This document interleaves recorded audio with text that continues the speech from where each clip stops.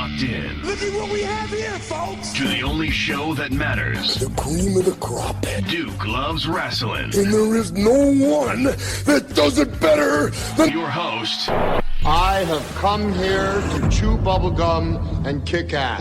The Duke. And I'm all out of bubblegum.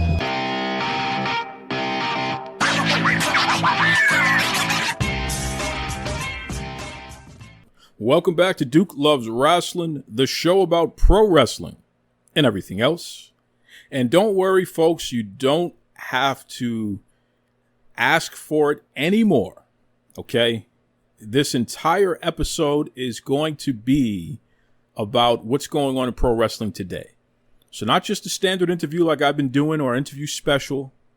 It's going to be a great conversation about modern wrestling, AEW, WWE, all the nuts and bolts here, and just my thoughts on the latest goings on with our man, one of our favorites here, Stix, Ken Stix Ray.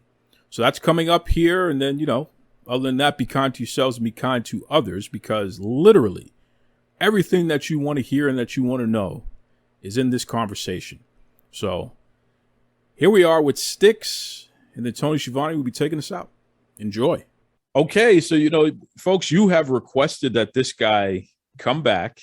And I know the last time he was on the show, he read me the riot act. So hopefully I'm back on his good side here, because, man, he really laid into me. Maybe that's why everybody enjoyed the last time he was on so much, is because he laid into me so much. I don't know here. But without further ado, welcome back to the Duke Loves Rasslin podcast. Legitimately one of my favorite guests of all time.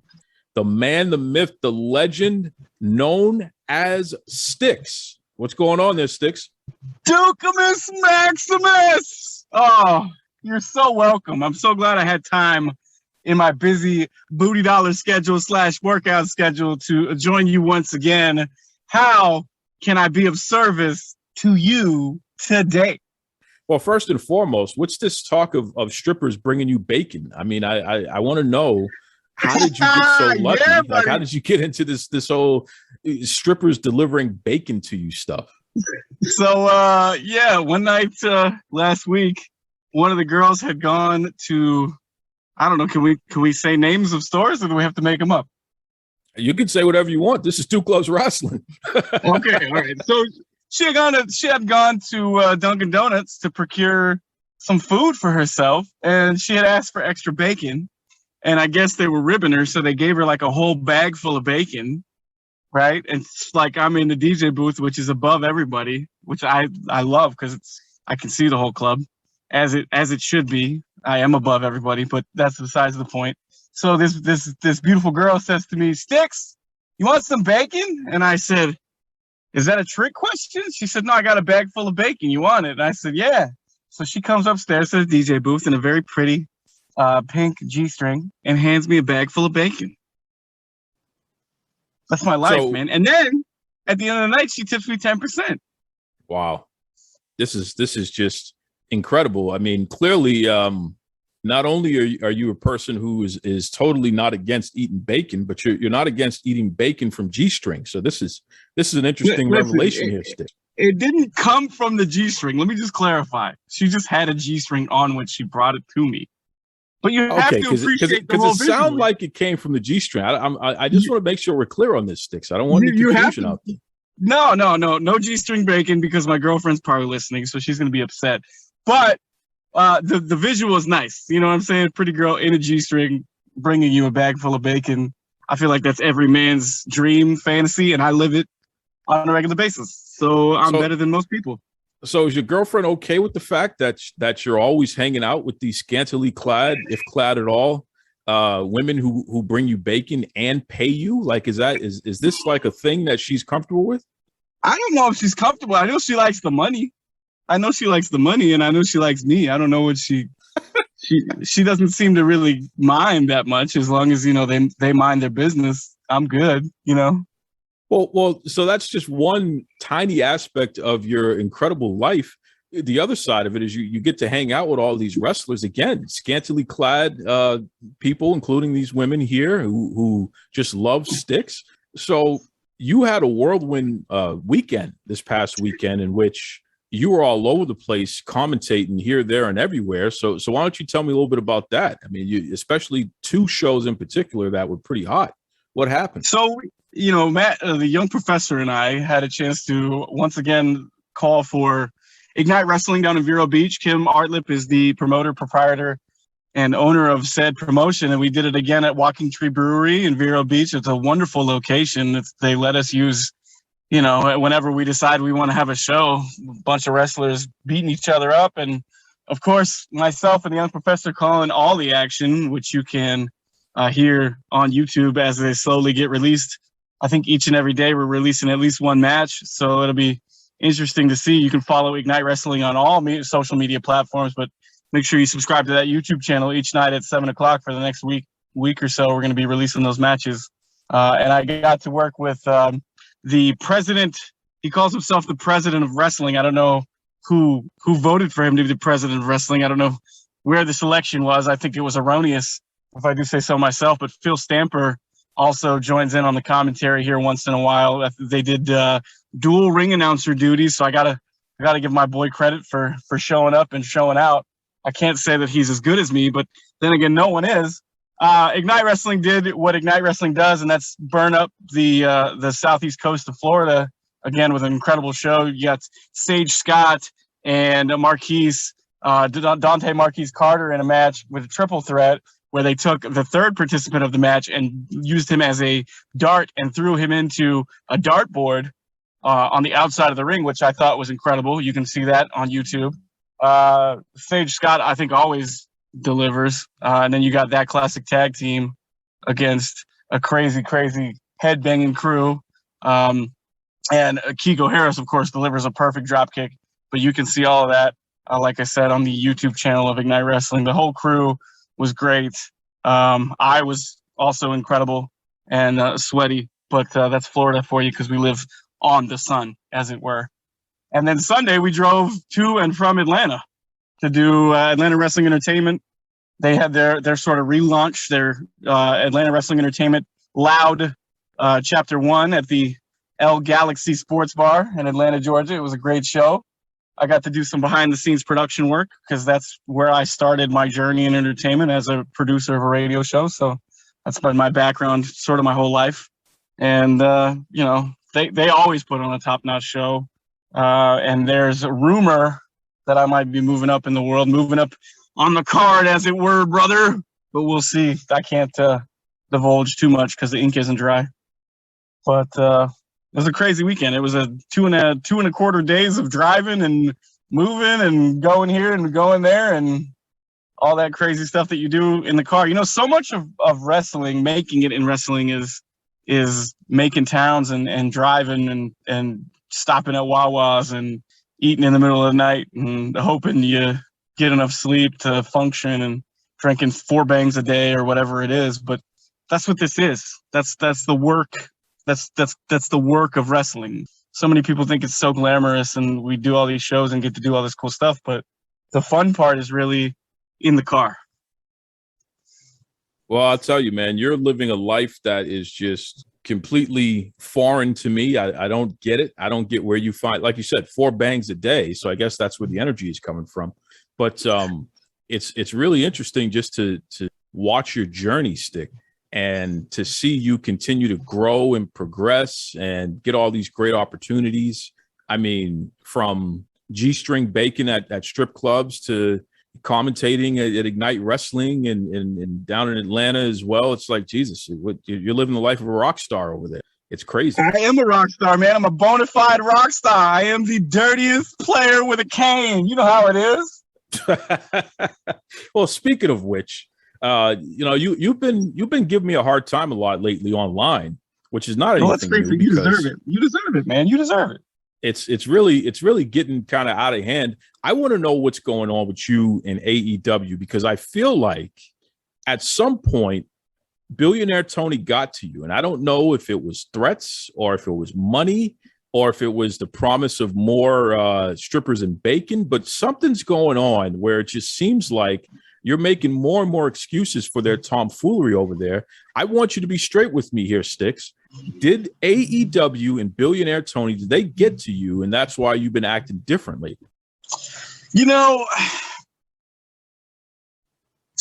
Duke, why are you always going to put me on the spot like this, man? I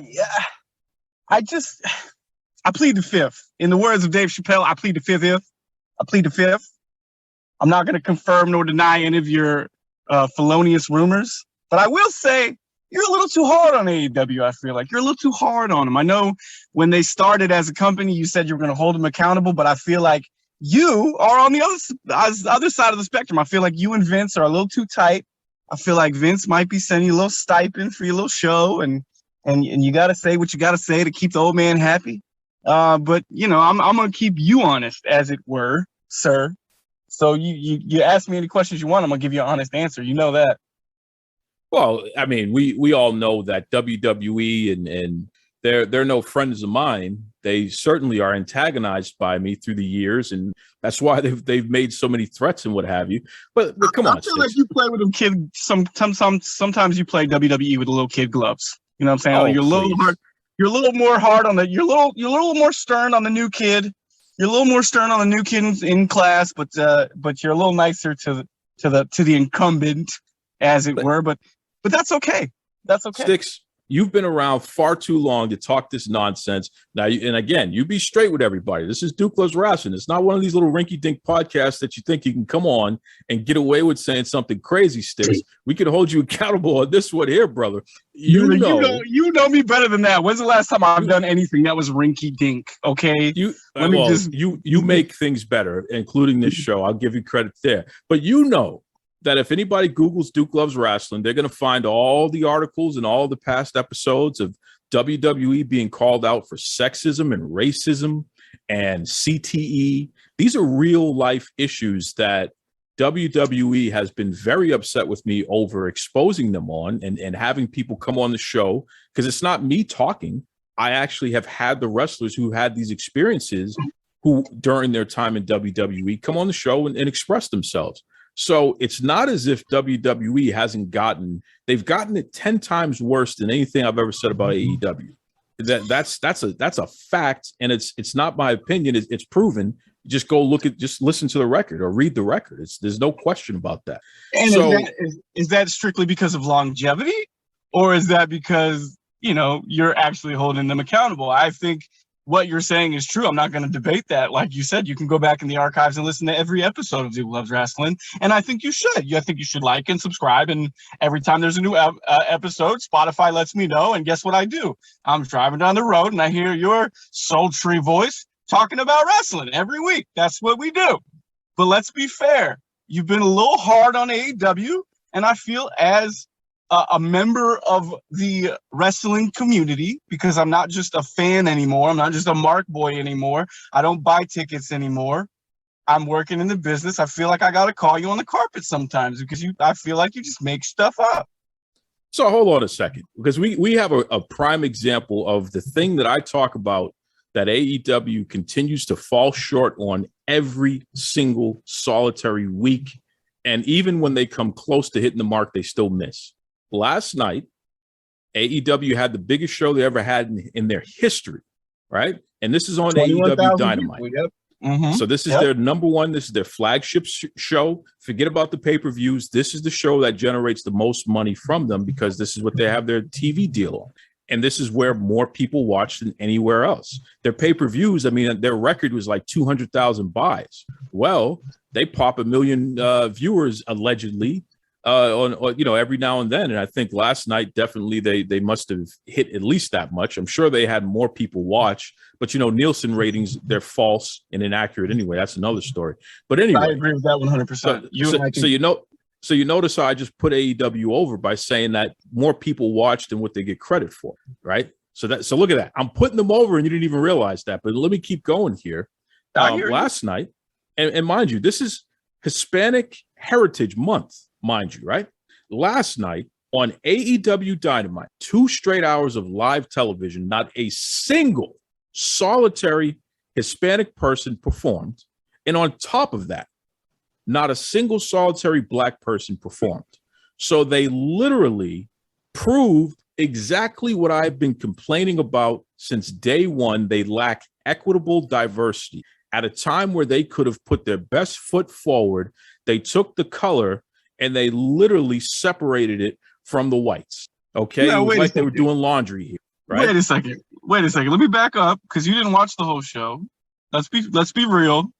Because on Twitter, you were rolling your eyes and shaking your head, and I said, what now? And you said, oh, they lost my interest. I'm watching the Wonder Years. True or false? That's true, but you got to know something here, Stix. Well, The Wonder Years was only for a half hour. I watched the rest of the show once the Wonder Years was done. Well, hold on. Did you see Brandy Rhodes out there giving Malachi Black the middle fingers? Did Brandy Rose wrestle? Nah, she was there though. Did she wrestle? No. Did Brandy Rose wrestle? No. So then what do you do with bringing up Brandy Rose giving middle fingers if she didn't wrestle on the card? She was in the Everything that ring. I said is the truth. Everything that I said is the truth. She did not wrestle, Stix. She wasn't booked. You're not wrong. I'm just giving you the business. You're not wrong. I'm just giving you the business. I appreciate you challenging me on this because this is a very important conversation to have. So when they have their biggest event, what do? They give us the least amount of women's content, even though it was in the main event. And kudos for having a women's main event. Those are rare on their television show. But at least they had a women's main event. But that was it. We didn't get any more women's matches, just that. And it was like like I said, they separated the whites from the colors, right? It was like they were doing laundry. They didn't want any color to bleed over. So they made sure they didn't book any brown, any black. I don't even think they booked Asian either. It was what? It was a snowstorm, right? Yeah, literally, because Sting came out, so it snowed a little bit in New York. It was a snowstorm. It was an embarrassment, and it was a prime example of the stuff that I talk about every single week. So tell me how I'm being too harsh on them, Stix, when the proof is in the pudding. They once again did the thing that I literally call them out about the most, because they claimed they would give us diversity and inclusion, and then they turn around in their biggest moment in the history of the company, and they give us everything but diversity and inclusion. I do have to agree with you there. That I think you could have done something. You got the angle with CM Punk and Will Hobbs right now, and I think Will Hobbs is a star. He's just not there yet. I think you could have done something in that promo segment. I think you could have had Red Velvet on the show, who's a girl that I've seen from almost day one in her career. At Go Wrestle in Daytona Beach and FEW down in Miami and, all over the place. I think you could, she's a star, 5 foot fine, sweeter than wine, straight out your mama's kitchen. That ain't no joke. Just look at her. And you got incredible talent. What about the tag team? They got the tag team champs that they didn't even put on the biggest card that they ever had. I mean, this is embarrassing. Yeah. You got the Young Bucks were there, but and then, you got the Lucha Brothers. I don't know why they didn't have a match last night. I think if you're going to have a tag match, why not have it be FTR against the Lucha Brothers? I'd pay to see that. I'd pay money to see that. That's another thing. I think yesterday's show was a good show.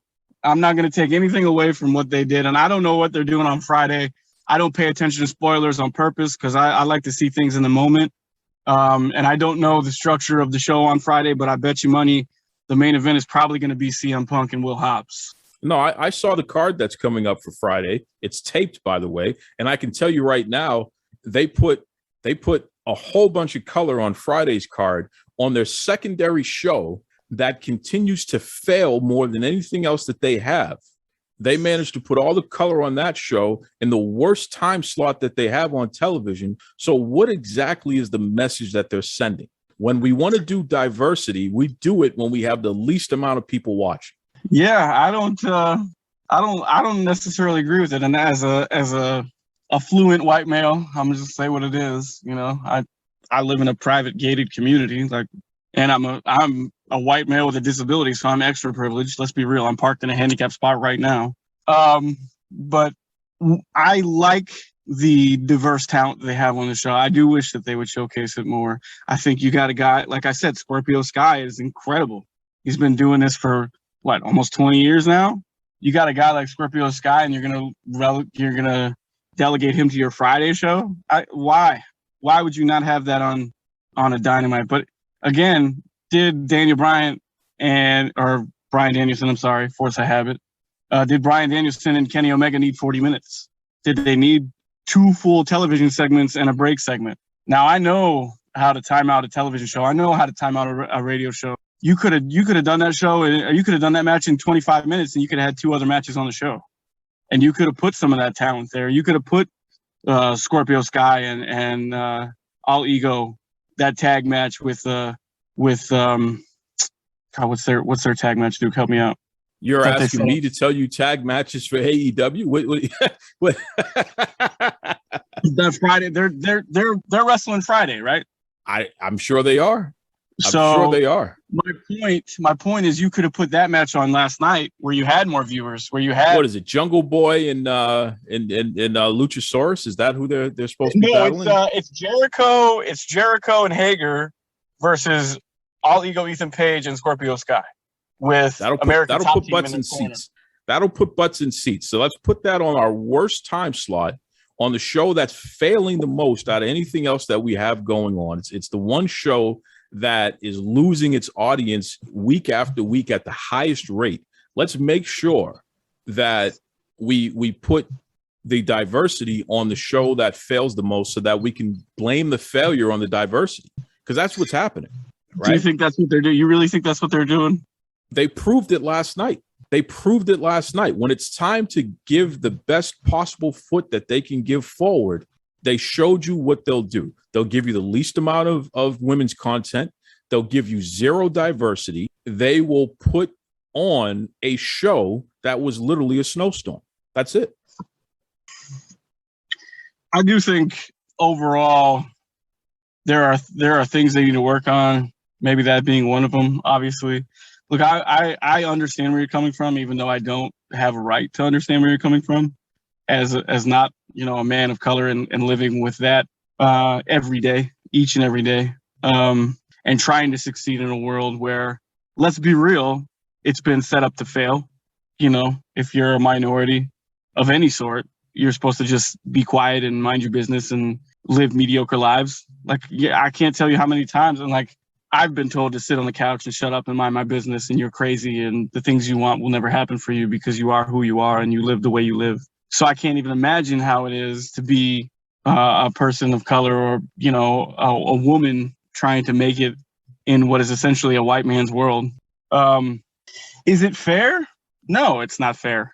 But take it from me, man. Life ain't fair. But I'll say this though, Stix.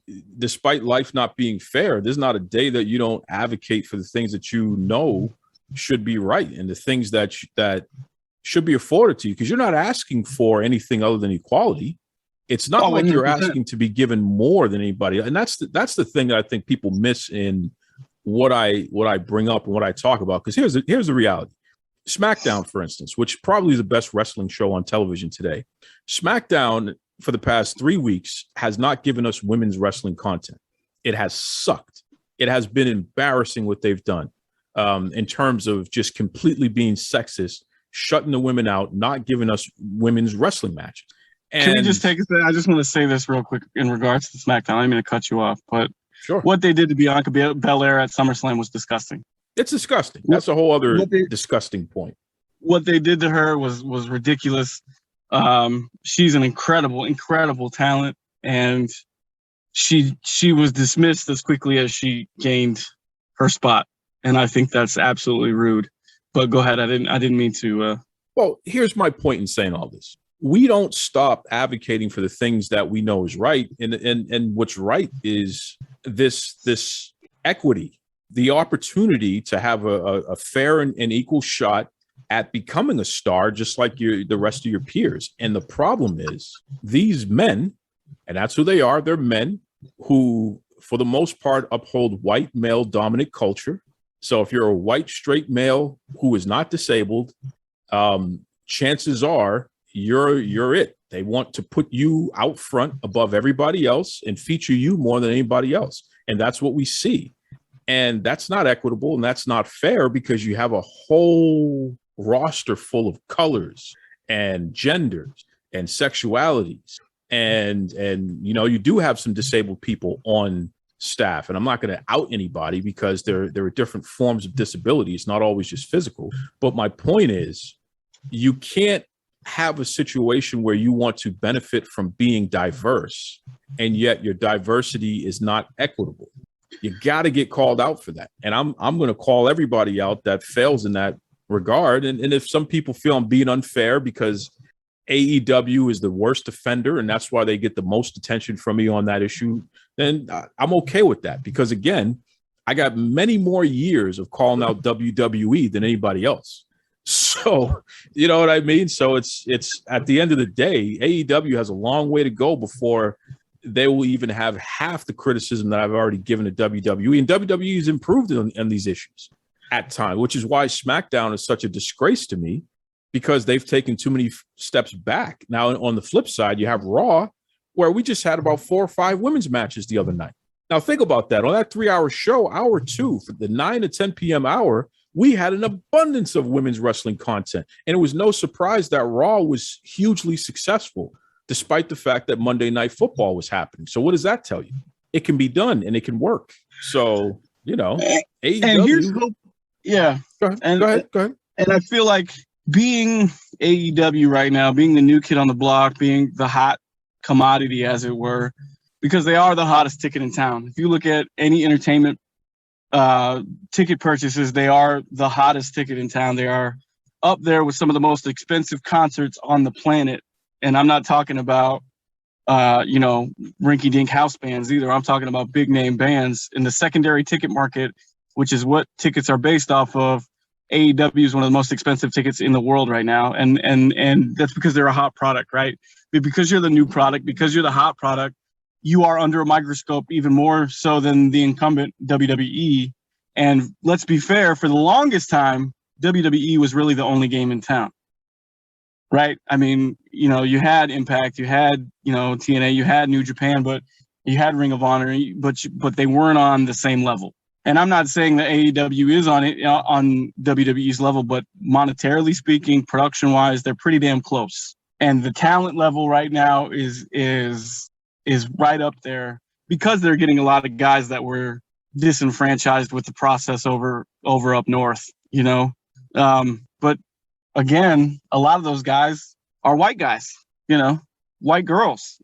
And I'm not saying it's right. I'm just saying it's fact. So what does that tell you? Because it's not as if the WWE doesn't have an abundance of people of color, male and female. And it's not like those people of color wouldn't want to go make more money elsewhere and work less. You know what I mean? So, but what does that tell you about AEW's focus? They are purposely doing this. They are purposely focused. Here's the thing that kills me right now, Stix. Meltzer and now WrestleNomics, which, Brandon Howard Thurston III, he's a guy who's been on the show. I have a lot of respect for him, but he is completely out of his mind right now. And I'm calling him out directly. You are upholding blatant racism right now, Brandon, whether that's on purpose or not. I'm not even sure at this point, but it's disgraceful what you're doing with WrestleNomics right now, because you keep quoting Nielsen numbers that have been proven to be inaccurate. And that's why they were stripped of their certification, because they completely undercount Black and brown households. So Nielsen the numbers are not right. Nielsen ratings have been bogus for a long time. But they were stripped of their certification. So this is a different, like they've reached a level where the TV industry sued them, and then whoever was in charge of their certification said, something, the TV industry is proven to be right. Nielsen is completely inaccurate, and more importantly, this shit that they're doing is completely racist. So yeah, we are stripping them of their certification until they change, and they haven't changed yet. So everything that's coming out from Nielsen continues to be wrong. It continues to be inaccurate. And the fact that these folks keep quoting like the key demo, they don't want to admit what they really mean by the key demo. They're talking about white guys. They're certainly not talking about Black and brown and Asian and others and what have you, because if they were to actually get the right numbers, the real numbers, and quote that, then AEW's key demo would clearly be a lot lower than what they're quoting. You know why? Because more than white males 18 to 34 exist. There were black What? males 18 to 34. There were Hispanic males 18 to 34. There were Asian males. There were others. There were, it's like Native males 18 to 34. So that would bring their numbers down, and that's a fact. But they don't want to talk about that.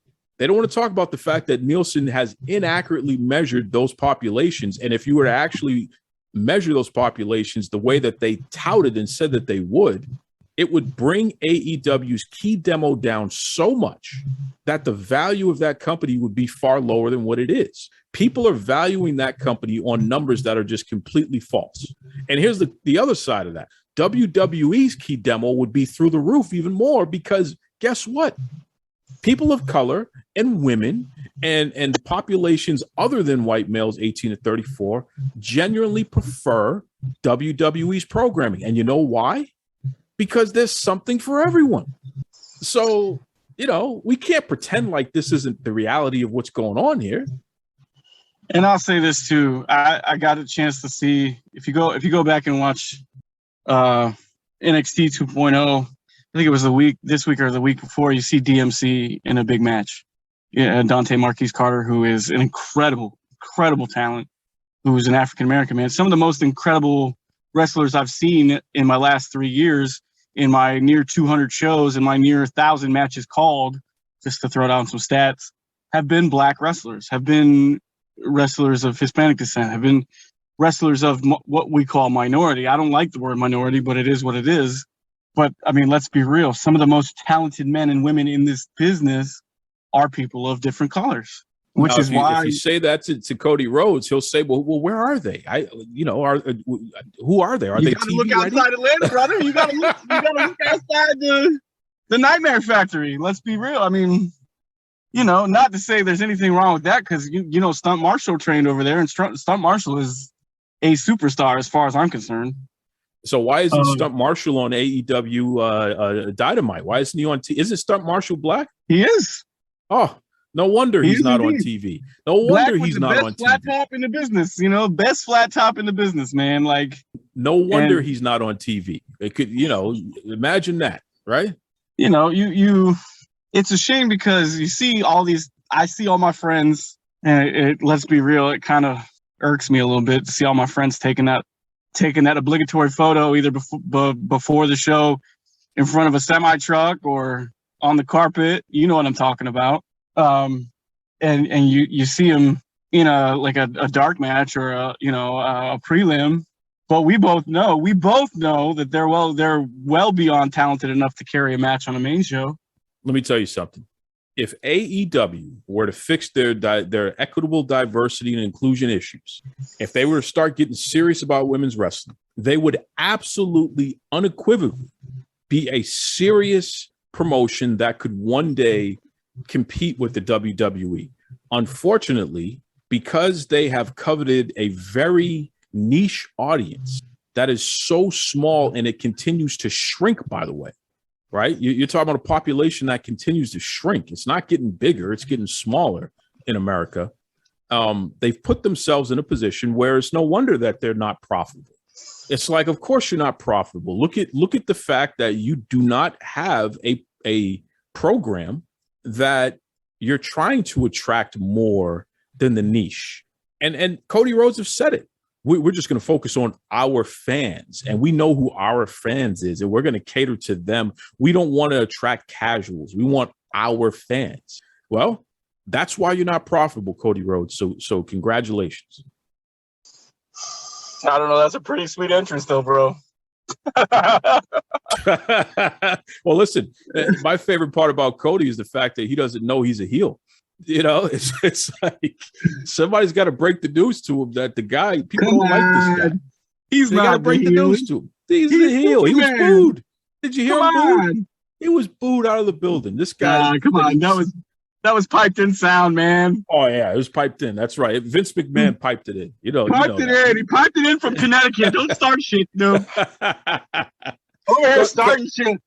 Cody had a funny quote the other day where he said that there's no way he could turn heel because kids watch him and they need somebody to look up to. So it's just not, he'll never be heel again. And I'm sitting here laughing. I'm saying, buddy, I don't think you've ever been a baby face. You've been heel your entire life because you're a jerk.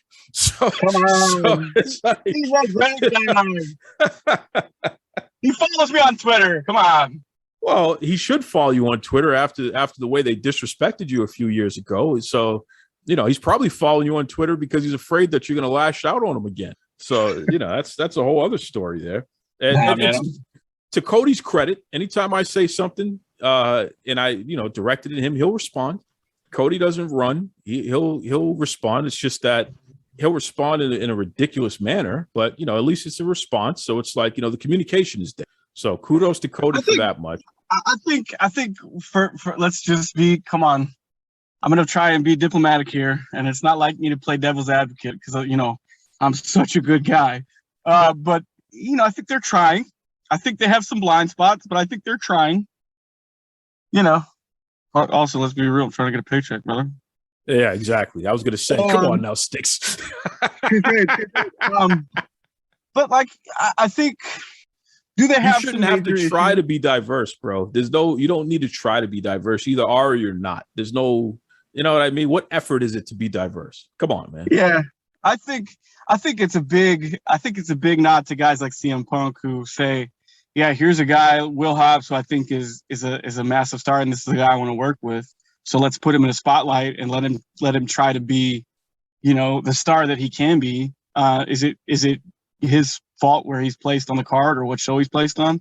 Absolutely not. I think that's above both of their pay grades. But I think you have to look at some of these guys that are coming in and saying, man, you got big stars. You've got, I keep going back to Red Velvet, but look at Jade Cargill, who is an absolute specimen of an athlete. I'm not talking about her appearance. I'm talking about how she moves, how she works, how she does what she does in the ring. I think when she gets a little more seasoned and a little more polished, that girl is going to be your world champion for a long time. And if she's not, there's your problem. You look at a girl like Jade Cargill and you don't think eventually at some point, a year from now, year and a half from now, she's not in the main event on a regular basis, you're out of your mind. I want to go back to something you just said, though. Hold on a second, Stix. I can't let you off the hook on this. No, go ahead. You said CM Punk put over Will Hobbs. I didn't say he put him over. I said I think he wants to work with him, which is I think why they put CM Punk in the spot they put him in against Team Taz and the whole deal. Fair enough. I think CM Punk sees a star in Will Hobbs, which is why he's so willing to let him almost put him through a table. By the way, Will, if you go to break a table and it doesn't break, pick him up and do it again. Let me ask you a question, Stix. Let me ask you a question. What? Did you listen to CM Punk's first promo in AEW when he was in the ring? Oh, you're talking about the one at the United Center? The one at the United Center. Did you listen to that? Yeah, of course I did. How closely did you listen to it? I mean, I'm going to be real with you and say I marked out a little bit because I'm a Chicago boy and that's my hometown arena and there's CM Punk. So a lot of me was just kind of hooked on the moment, but what did I miss? Well, I'll tell you what you missed. And I'll tell you, this is prime AEW all over again. CM Punk named a bunch of wrestlers that he's interested in. Okay. And not a I already know where you're going. And not a single wrestler that CM Punk mentioned was a person of color. And it wasn't until after the fact where a bunch of us on Twitter had raised holy hell did suddenly CM Punk start mentioning wrestlers of color. So I don't give CM Punk any credit. I give him zero credit for this program with Will Hobbs because in all honesty, I have no reason to believe that this program is happening organically. I think this program is happening because we said, wait a second, mother effer. How dare you not mention Will Hobbs and Ricky Starks and some of these other guys? How dare you not mention the Lucha Bros and Santana and Ortiz and some of these other guys? He didn't mention any of them until we called them out on it. So I'm just saying here, Stix, it may be a coincidence. It may be a slip of the tongue. It may be a slip of the mind. But this is what happens when the company consistently is doing these things. And at some point, it's not a coincidence anymore. This is just the way it is. So, I'm sorry, man. I couldn't let that go without addressing that because Well, yeah, if you right. go, I was trying to give CM Punk credit, and I think that Will Hobbs is a star. I legitimately think that. I same think, here. Same here. I think Same that here. you It's got a a shame guy. they don't treat him that way. I mean, It's a give him shame they don't microphone make him a once in a star. while. Give What him a microphone Will once in a while. Will Hobbs. I started getting on AEW about the fact that when you look at Will Hobbs' record as a singles wrestler in particular, you notice that there were very few AEW wrestlers that Will Hobbs actually defeated. AEW wrestlers who are listed as being part of the roster. And the few that were listed as being part of the roster, Serpentico, which I don't even think he's on the roster. He's not listed on the website anymore as being on the roster. So who knows if he's even still there. But Well, he is.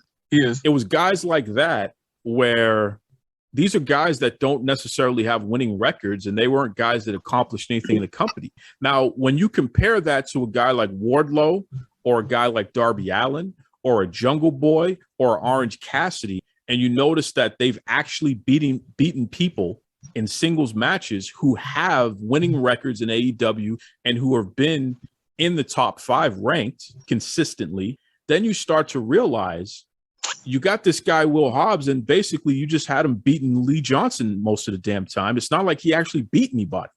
So what do you say to that? You know what I mean? It's like you got this star, this stud, this guy that everyone says is a perfect gentleman, and he's a great guy behind the scenes and all this other good stuff. He's an adult. I mean, the guy's a father, and he's very dedicated to his family. I got a lot of time for Will Hobbs. So why is it that they've given him the weakest possible build that you can give a superstar that he could be like that? I don't know. And he's not gonna beat CM Punk. He's not gonna beat CM Punk. Come on, man. Wrestling's real. What are you doing? No, you're right. I mean, it's a way to make CM Punk look strong and give Will Hobbs a little bit of a shine, but he needs a lot more. What shine? What shine? What could it possibly do for Will Hobbs to lose to CM Punk right now? A guy who hasn't wrestled in 7 years. Okay. So CM Punk by himself is a rub. You know what I mean? Like, there are certain guys, no matter how long they've been gone, no matter how long they've done whatever they've done, you stand in the ring with them, it's a rub. If you lose a match to a guy who hasn't wrestled in 7 years, that's not a rub. That's a burial. You're losing to a guy who hasn't wrestled in 7 years. That's a burial, bro. That doesn't help. I don't think Darby Allin has been elevated on the card because he lost to CM Punk. It's actually the complete opposite. He's actually further back in the pecking order now because he lost to CM Punk. And the same thing is going to happen to Will Hobbs. There's no way Will Hobbs is going to be challenging for the AEW World title or even the TV title after this loss to CM Punk. He's going back of the line. And guys like Adam Cole and Daniel Bryan and CM Punk and Orange Cassidy, all these guys are way ahead of him. Could you imagine a match between Miro and Will Hobbs? I can imagine that match because it's going to be Miro going over Will Hobbs. But but the match itself, I'm talking about the work. I'm not talking about who goes over. None of that. If you're in this business long enough, you know that who goes over is irrelevant. Who gets over is more important. And I think Miro is a smart enough wrestler, and I think that AEW is a platform where guys get to call their own stuff, and it's very less produced, much less produced as the other guys. I think Miro is smart enough to make the kid look good long enough to make him look good, but still win. You know what I mean? They want Miro to be. Let me ask you a question. Let me ask you a question, Stix. Let me ask you a question. Can you name one wrestler in AEW who wasn't already over that had a program with Miro and now they're more over as a result of the program with Miro? Can you name one wrestler that happened to? Fuego? Are you kidding me right now?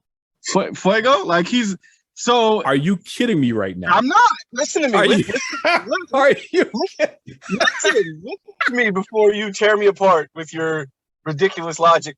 Think about it. He had one match with Miro. He got destroyed. Right? He says, if I'm gonna wrestle him, and if I win, I should get a contract. Right? Loses anyway. We all knew he was gonna lose. Still ends up get that feel good moment. Sammy Guevara puts him over, gives him a deal, signs the deal, he cries, whole deal, right? So now he gets interviewed on Dynamite, which he wasn't before, right? He wasn't on Dynamite before. He was on the B shows before, correct? Now he gets an interview segment on Dynamite where he says, "I'm gonna put my car up. If I lose, he gets my car." Miro doesn't care about your car. Miro's married to Lana. He lives in a mansion. He made millions of dollars. He doesn't need your Honda Civic, brother. So that's why when he beat him, he shoved the keys back down his throat. But now you've got Fuego del Sol standing next to Sammy Guevara, who is a major star for AEW. So he's getting the rub from Sammy Guevara. He's gotten the rub from Miro just by being in the ring with him and, quote, holding his own. Do I think he's going to be slingshotted to a major role? No, but I think it put him on the map. This is very embarrassing to hear you talk this way, because you contradict yourself. You have the right answer within all this word salad that you're giving us here, Stix. Sammy Guevara is helping Fuego become somebody, because Sammy Guevara is telling the world that Fuego is somebody. The fact that the guy lost the match and still got a contract is embarrassing, but it got over in its own very tiny way because Sammy Guevara was so excited, and that's my best friend. Sammy Guevara is the reason why Fuego is anything. Now, if you take Sammy Guevara out of that whole situation, it's just Miro beating up some little guy.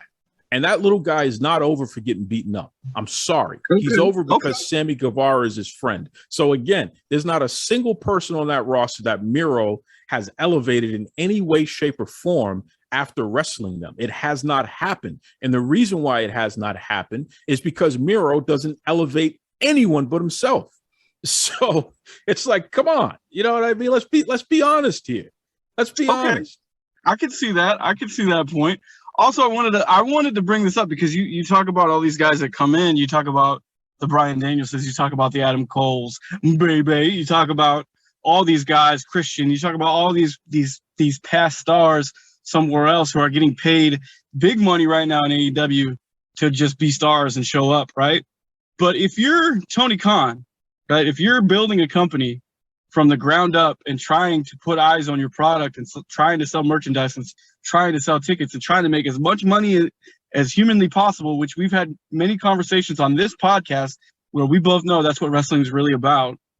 Why would you not sign these guys? Why would you not put these guys in spots to be stars? Because they're already stars. And they can let's help talk your about product. that. Let's talk about that. I don't disagree with the fact that you should sign the best possible talent out there, especially talent that's already established in the marketplace, because they can bring whatever fan base that they've already cultivated, bring some of that over to you, and hopefully you can retain that fan base. So I agree. Here's the issue. It was AEW executive, including Tony Khan, saying that they weren't going to keep signing all of these former WWE people. So don't look at me and ask, why wouldn't he do it? He said he wouldn't do it. I'm just saying, how come you didn't keep your word? You Come know on, what I bro. mean? You know you've been in this situation where you're like, I'm not going to do that. But then like a week later, you're like, maybe I rushed to judgment. But that's the whole AEW system. And that's my point, Stix. I'm glad you said that. They are liars. They do not know how to keep their word. They have no honor. There's no honor in the ownership and the leadership of AEW. And that's why they're not profitable. Because at the end of the day, you can only squeeze so many pennies from these lunatics who prefer anything. They prefer themselves over everything else. They don't want to see women. They don't want to see people of color. They don't want to see diversity. They don't want to see what everybody else clearly knows will sell the most. They want to see themselves, and that's it. You know what I mean? They are the complete opposite of you. They're not you. I have been a long proponent of talent is talent, and my favorite color is green. I think Cowboy Bill Watts said that in regards to Junkyard Dog when he was getting heat from different NWA territories about putting him in the main event. Look, talent is talent. I've seen so much talent in my short time in the business, and I'm not claiming to be an expert, but one day I will be an expert because I'm going to be great at this. Mark my words. But I want to see people of the level of excitement for me when I saw Big E win the WWE Heavyweight Championship I was so happy for him. I don't know the guy, never met the guy, but to see him in a situation where they gave him the Money in the Bank contract, and to be honest with you, 100% full transparency here, when they gave him that contract, I was like, oh, he's going to lose. He's going to lose it. They're going to put him against Brock. They're going to put him against Roman, and they're going to crush him. But to see him win against another guy who is a stellar Hall of Famer, like bona fide, I was so happy for him. I was so happy for Kofi. Now I want to see Xavier get it because Xavier's just as talented as the other two gentlemen in his group. And to see WWE put that title on Kofi, on Big E, excuse me, was incredible. And I hope against hope that man who is so strong and such a presence and such a personality gets a long, genuine title reign. Longer and better than Bianca Belair, which is a whole nother can of worms, man. But I agree with you. There needs to be, you need to find more time for your diverse talent. I said we were having a conversation the other day on Twitter, and I said, what happened to Sonny Kiss? Where's Sonny Kiss? You know, you put him in a tag team with Joey Janela, and now he's, I guess, feuding. I use the air quotes term loosely with Joey Janela, but like, where's Sonny Kiss? Nyla Rose has been a prominent, fixture on the show, but dare I say, more needs to happen with her, and dare I say she needs to wrestle some guys because she's eating up the women's division.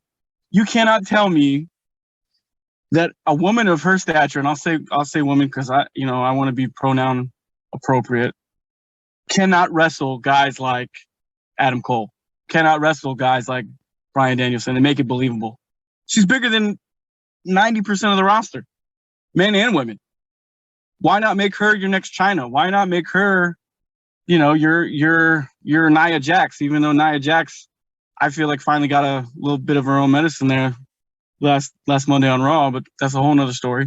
But I agree with you. Diversity needs to happen. Hell, would I like to see a guy with some cerebral palsy on AEW TV? Sure, I would. I'm not going to name any names. Stix, aka the greatest, or even on WWE. There's been one guy in the entire history of the business, aside from Kerry Von Erich, who lost his foot, who had a major disability, and they showcased it, and that was Zach Allen, and he lost his spot because of his own ego. Does that mean the rest of us are not capable?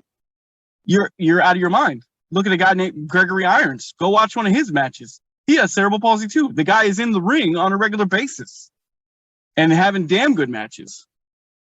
So you can't tell me that people with disabilities and people of color and women cannot be showcased, shiny, profitable. That's, again, a big word in wrestling. Profitable stars for either company or any company. Ring of Honor, New Japan, you name it. Impact. Well, I agree with you 100%, Stix, and I appreciate you laying it out there that way because you're absolutely right, and that's our point. You know what I mean? It's if you have a voice, use it to elevate the cause of those whose voice may not be as loud as yours. And let me tell you something: I don't care who's uncomfortable about me bringing this stuff up on a daily basis. It's the right thing to do, and every wrestling promotion, especially WWE and especially AEW, they have to do the right thing. And I'm not going to stop pointing that out. And let me tell you something. I've been threatened. I've had people cuss me. I've had people dox me, the whole 9 yards, just the whole 9 yards. I've had Tony Khan in my inbox giving me his sassy attitude, which, is laughable to me. So these are things that happen as a result of standing up and sticking up for others. And that's okay. I don't mind because at the end of the day, it's the right thing to do. What's that? I agree with you. And let me just sidebar, bro. You know who I know. And I'll just say this. Anybody that threatens you, you make a list and I'll send some of my cousins over there. You know what I'm saying? But all that to be said, I feel like in a world where people are so afraid to say things out loud because they're so afraid of how it's A, going to make them look, which is really why people don't say things, and B, how it's going to make other people feel, which really in the long run doesn't matter because people don't think about each other nearly as much as we should. If you don't say things that make people uncomfortable or make people think, you're wasting your time. I've always been a huge advocate for people of, I guess, classified as minorities, because I am one.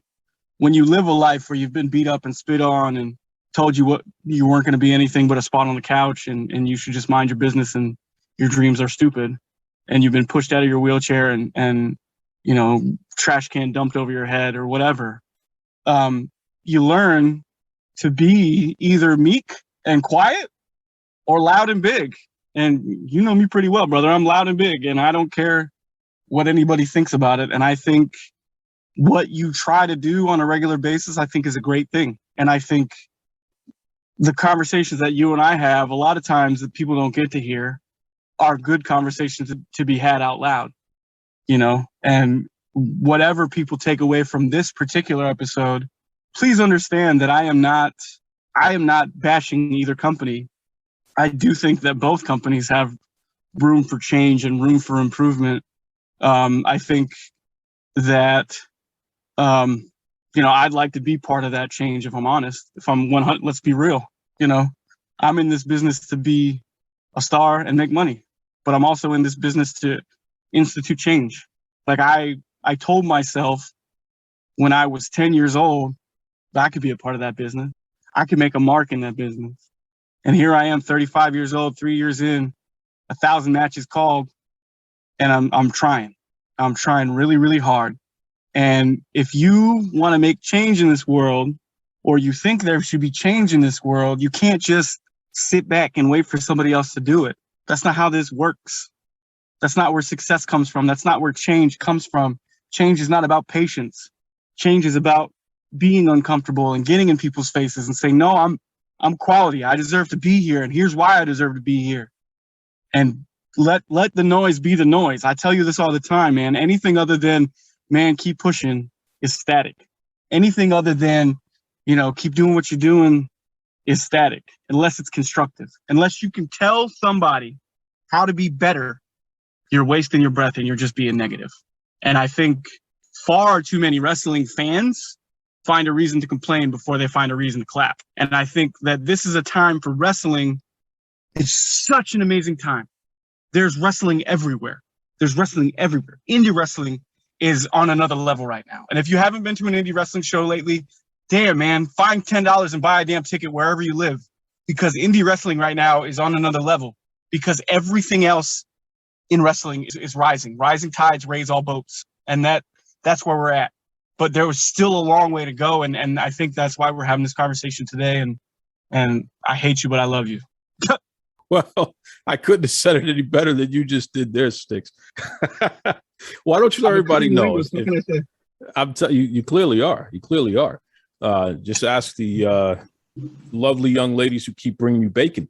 Why don't you let everybody know the best way to keep up with you and what you have going on over there, especially any upcoming appearances that you have? Well, we Professor and I got a couple of shows coming up in October, mostly in Georgia. We're going to be working viral pro wrestling in the first weekend of October, and then the 19th, I believe, is the date for the next Atlanta Wrestling Entertainment showcase. So we'll be in Georgia mostly in October. But I do want to say out loud for anybody that's hearing this, along with commentary, I think I'm a pretty good manager. I don't know, Duke. What do you think? 2 cents. I think you are a heat magnet. So absolutely, you're a great manager, and you're somebody that will get the crowd stirred up for sure. So I really want to try to do more managing on the side as well as doing commentary, just because I miss it and I haven't really been doing much of it. So if you are a talent in the Southeast or anywhere really, and the opportunity arises and you think Stix, aka the world's most famous Plaything, can add value to you and your career, believe me, I can. Reach out to me, StixMan92 on Twitter, Instagram. Facebook, of course, Ken Stix Ray or Stix, the world's most famous plaything. I've got 2 pages on Facebook, and I've got Instagram and Twitter as both StixMan92. And of course, buy the merch on tpublic.com/StixFix. Get your t-shirts. They're on sale today, right now, 38% off. I just want to throw that in there. Cheap plug. But Duke, before I go, you know I got to do my thing. So let me do it real quick. Coming at you live, large and in charge, through the Duke Loves Rasslin podcast. They call me Stix, the world's most famous plaything. Thanks for listening. Mr. Tony Schiavone, and we're desperately out of time on Duke Loves Rasslin.